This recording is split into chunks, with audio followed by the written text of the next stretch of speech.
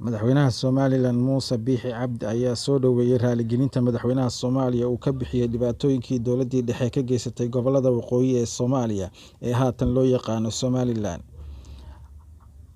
Hadalkan ayuu madaxweynaha Muuse Biixi ka sheegay isagoo saakay khudbad sanadlaha u jeedinayay labada gole ee Somaliland kana warbixiyay waxqabadkii xukuumaddiisa. Tan iyo burburkii kadib, Farmaajo waa ninkii ugu horeeyay ee madaxweyne Soomaaliyeed oo yiraahda waxaan raaligelin ka bixinaynaa dhibkii ku dhacay gobolada waqooyi, waxaana soo dhaweynaynaa waana ka aqbalnay, ayuu yiri Muuse Biixi. Madaxweynaha Somaliland ayaa sheegay raaligelintaasi inuu u arko tilaabo horey loogu qaaday dhinaca nabadda iyo iskaashiga iyo isku soo dhawaanshaha labada dhinac marka laga reebo, ayuu yiri qayb ka mid ah hadalka madaxweyne Farmaajo oo uu la jeedo marka uu sheegay madaxweyne Farmaajo kuwii hubka qaatay waa in ay ka bixiyaan cudurdaar. dhinaca kale markaan soo koobo dowladdan Soomaaliya maanta ee Maxamed Cabdilaahi hogaaminayo waxay ahayd tii ugu cadaawad badnayd intii dowladda soo martay. inkastoo maanta raaligelin uu bixiyay oo moodaysa inuu wado wanaagsan u bayray waxba ka daba keenay, waxay ahayd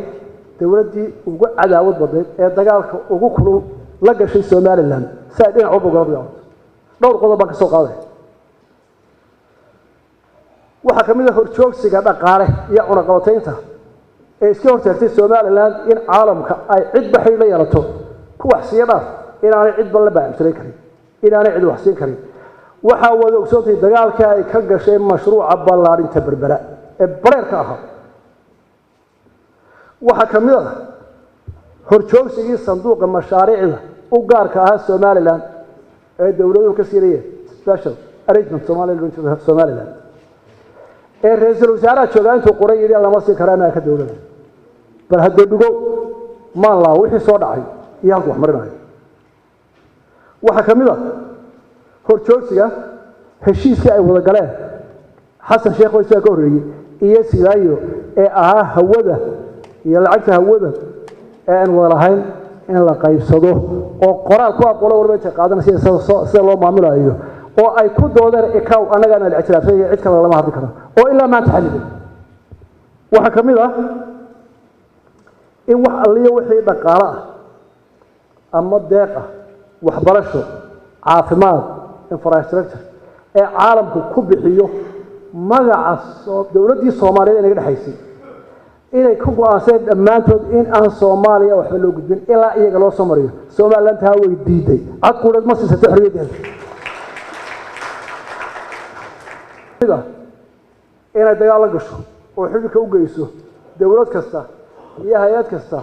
oo xurmayso ama maamusta Somaliland qaran ahaan iyo qof ahaanba. tusaale waxay noogu filan inay gini cilaaqaadka u jirtay markay magaca Somaliland iyo shacabka Soomaaliyeed karaamay maamus u muujisay.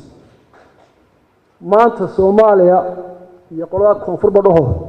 laba qodob ay baynu walaaltinimo iyo iskaashi iyo nabadkooda gaari karnaa. laba qodob oo kaliya balka mid saxad ah ay keenay.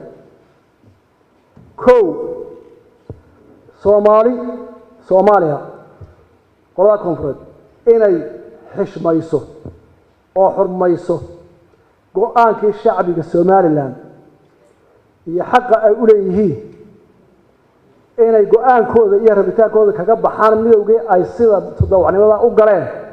ee shacbiga Somaliland gaaray 18 May 1991 inay ixtiraamaan kaliya ayaan ku heshiin karnaa.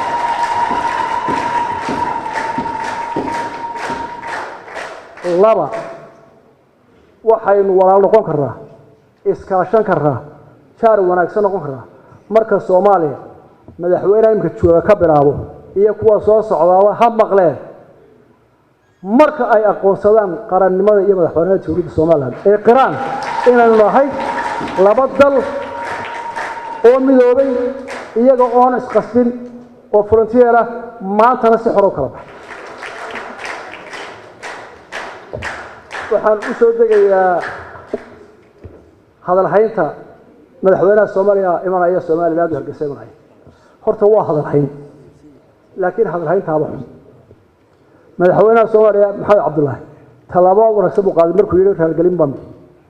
laakiin wuxuu ku dayay markuu yiri waan imanaya hargeysa oo sidee buu ku imanaya la isku diinay. sidee buu ku imanaya xeerarka caalamiga ah curfiga dawliga ah caqliga saliimka ah midna ma qaadan karo ninka dawladdiisii iyo dalkiisa oo ka madaxda yahay waxaa soo dambiye galee ayaa dadku waxaa u geystay weliba odhanaya anigoo madaxweynihiina gobolladii soo siyaarinaya soo maaha waan imanaya macnuu soo wada soo intaa maaha oo taa maynu aqbalaynaa maya maya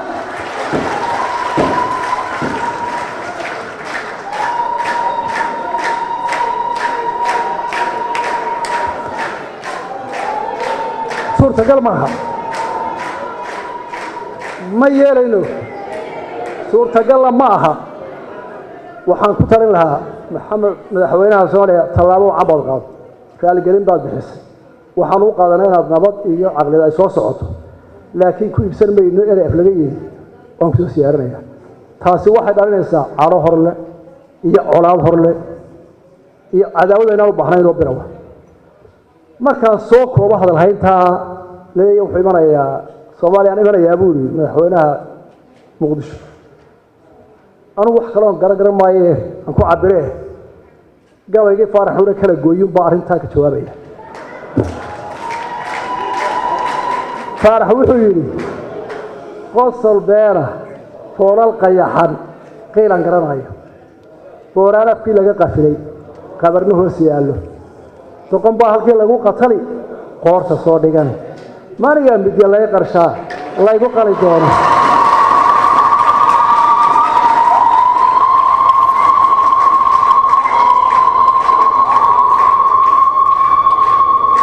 hoontiiba